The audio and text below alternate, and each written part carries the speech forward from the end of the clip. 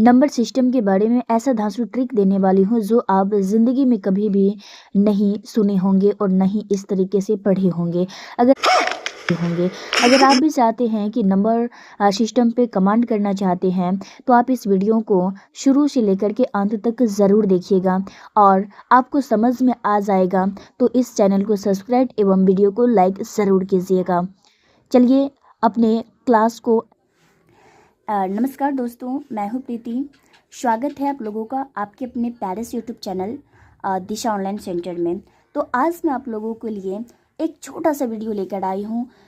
इसमें मैं आप लोगों को बेसिक मैथ यानी कि नंबर सिस्टम के बारे में बताने वाली हूं। इसमें मैं ऐसा ट्रिक बताने वाली हूं जो आप ज़िंदगी में कभी नहीं सुने होंगे ना तो देखे होंगे। तो इस वीडियो को लास्ट तक ज़रूर देखिएगा। इस वीडियो में मैं आप लोगों को नंबर सिस्टम बेसिक से पढ़ाने वाली हूँ और आसान लैंग्वेज में भी पढ़ाने वाली हूँ। तो इसमें मैं प्राकृतिक संख्या नेचुरल नंबर में सर्वप्रथम बताऊंगी, फिर पूर्ण संख्या वोल नंबर, फिर पूर्णांक संख्या इंटीजर नंबर, फिर सम संख्या इवेन नंबर, विषम संख्या ऑड नंबर, अभाज्य संख्या प्राइम नंबर, भाज्य संख्या कंपोजिट नंबर, फिर आता है परिमेय संख्या रेशनल नंबर, सहभाज्य संख्या को प्राइम नंबर, परिमेय संख्या इरेशनल नंबर, फिर पूर्ण संख्या स्क्वायर नंबर, फिर पूर्ण घन संख्या यानी कि परफेक्ट क्यूब नंबर। इन सबों के बारे में मैं डिस्कशन करने वाली हूं। तो आप लोग इस वीडियो को ज़रूर से ज़रूर देखिएगा और लास्ट में बताइएगा कि आपको समझ में आया या नहीं। तो चलिए अपने जर्नी को स्टार्ट करते हैं। प्राकृतिक संख्या यानी कि नेचुरल नंबर क्या होता है? तो गिनती हम कहाँ से स्टार्ट करते हैं? तो गिनती जो है हम 1 से स्टार्ट करते हैं, यानी कि 1 से स्टार्ट करते हैं। 1 2 3 4 5 डॉट डॉट अनंत तक करते हैं। तो प्राकृतिक संख्या यानी कि नेचुरल नंबर क्या होता है? तो गिनती की संख्या को ही प्राकृतिक संख्या कहा जाता है, जैसे 1 2 3 4 5 डॉट डॉट अनंत। अब आते हैं पूर्ण संख्या। पूर्ण संख्या क्या होता है? तो पूर्ण संख्या जो होती है यानी कि वोल नंबर, जब हम प्राकृतिक संख्या 1 से स्टार्ट होती है, जब पूर्ण संख्या में हम 0 को मिला देते हैं यानी कि 0 को मिला देते हैं तो हमें जो संख्याएं प्राप्त होती है उसे ही क्या कहते हैं? तो उसे पूर्ण संख्या कहते हैं। उसे कौन सी संख्या कहते हैं? तो उसे पूर्ण संख्या कहते हैं। जैसे कि क्या है? 0 1 2 डॉट डॉट अनंत। डिफिनीशन है कि जब प्राकृतिक संख्या में 0 को मिला दिया जाता है तब प्राप्त संख्या पूर्ण संख्या कहलाती है। जैसे कि 0, यहाँ से तो सब क्या है? यहाँ से जितने भी संख्या हम लिखे हैं वो सब के सब क्या है? प्राकृतिक संख्या है। और इसमें क्या सिर्फ दिए हैं? सिर्फ 0 दिए हैं। सिर्फ 0 को मिलाने से हमें क्या प्राप्त हो गया? तो पूर्ण संख्या प्राप्त हो गया, यानी कि वोल नंबर प्राप्त हो गया। अब अगला आता है कि पूर्णांक संख्या क्या होता है, यानी कि इंटीजर नंबर क्या होता है। तो इंटीजर नंबर को समझने के लिए आप लोगों को पहले माइनस प्लस इस सब के बारे में जानकारी होना चाहिए। देखिए, माइनस प्लस यानी कि धनात्मक ऋणात्मक क्या होता है? कि धनात्मक ये चिन्ह होता है ऋणात्मक का, और ये क्या होते हैं? तो ये धनात्मक का चिन्ह होता है। ये धनात्मक का चिन्ह होता है। तो डिफिनीशन है कि धनात्मक ऋणात्मक, ये हो गया धनात्मक, ये हो गया ऋणात्मक। धनात्मक ऋणात्मक व 0 को मिलाने से बनी संख्या पूर्णांक संख्या कहलाती है। जैसे कि माइनस में 5 -4 -3 -2 -1, -5 -4 -3 -2 -1 0 1 2 3 डॉट डॉट डॉट अनंत तक होती है। तो ये क्या हो गया? पूर्ण संख्या। पूर्ण संख्या किसे कहते हैं? यानी कि इंटीजर नंबर क्या होता है? तो धनात्मक ऋणात्मक व 0 को मिलाने से जो भी संख्या हमें प्राप्त होती है उस संख्या को क्या कहते हैं? तो उस संख्या को पूर्णांक संख्या यानी कि इंटीजर नंबर कहते हैं। अब आता है शून्य।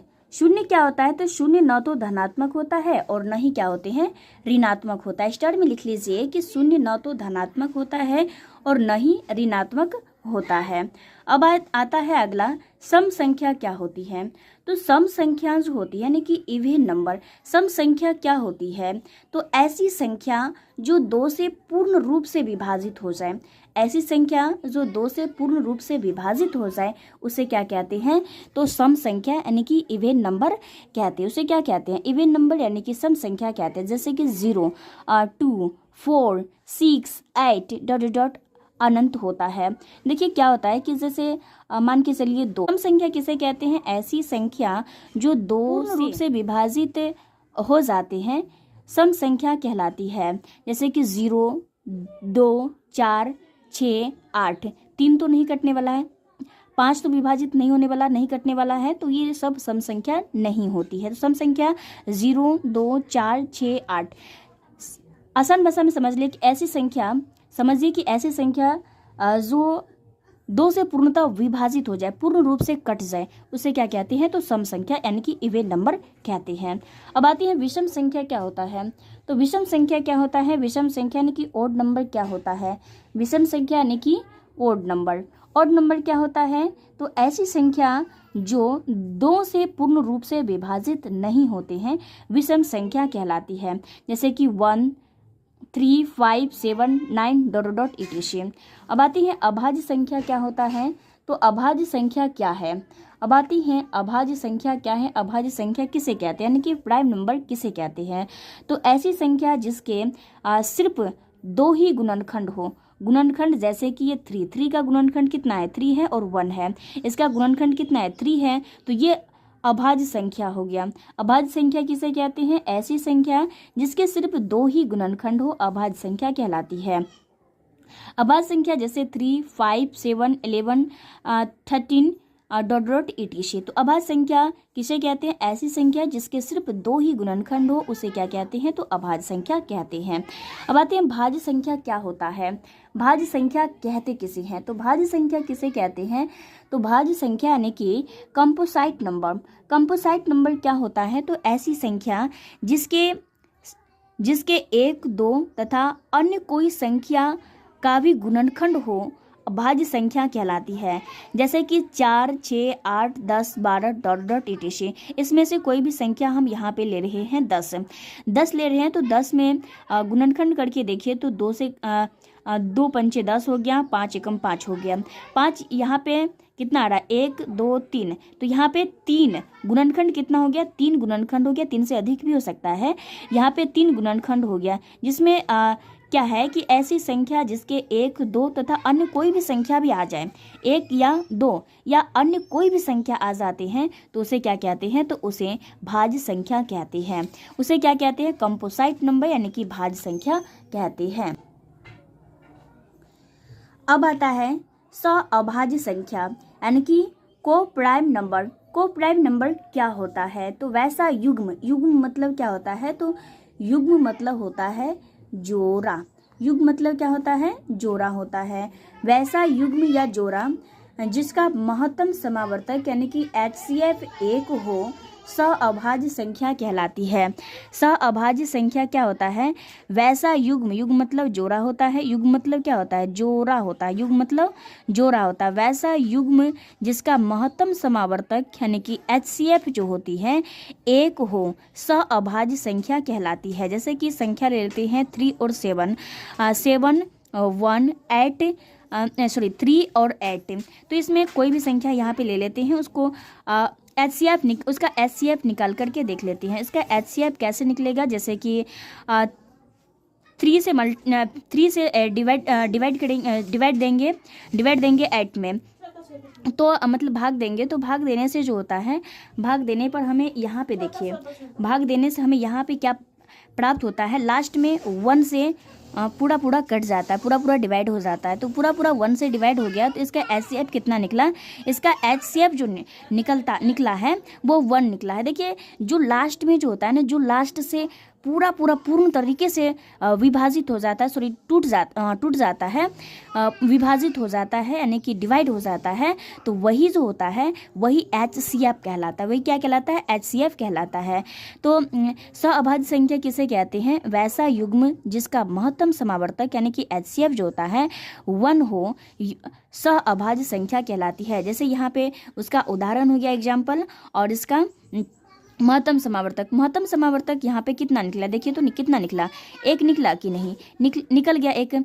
तो ये संख्या नहीं होती है, परिमेय संख्या क्या होता है? रेशनल नंबर ऐसी संख्या जिसे p बटा q के रूप में लिख सकते हैं, जिसे लेकिन q not is equal to 0 हो, उस संख्या को क्या कहते हैं? तो परिमेय संख्या कहते हैं। उस संख्या को परिमेय संख्या कहते हैं। लेकिन p जो होती है, p बराबर क्या होता है? पूर्ण संख्या होती है। p क्या होती है? पूर्ण संख्या होती है। लेकिन q के बराबर 0 नहीं होना चाहिए। पूर्ण संख्या क्या होता है कि प्राकृतिक संख्या में पूर्ण संख्या को मिला 0 को मिला देते हैं तो पूर्ण संख्या प्राप्त हो जाता है।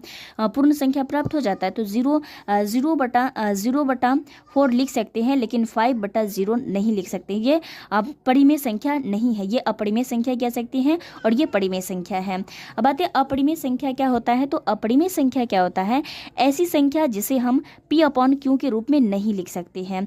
ऐसी संख्या जिसे हम p अपॉन q के रूप में नहीं लिख सकते हैं अपरिमेय संख्या कहलाती है। ये परिमेय का अपोजिट है।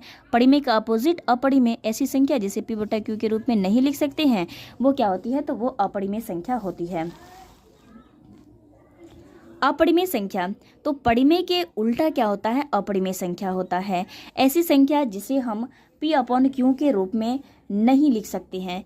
यहाँ पे लिख सकते हैं, इसे नहीं लिख सकते हैं, अपरिमेय संख्या कहलाती है। एग्जाम्पल है √3, √5, √17 ... etc। आते हैं पूर्ण वर्ग संख्या क्या होता है, यानी कि स्क्वायर नंबर क्या होता है?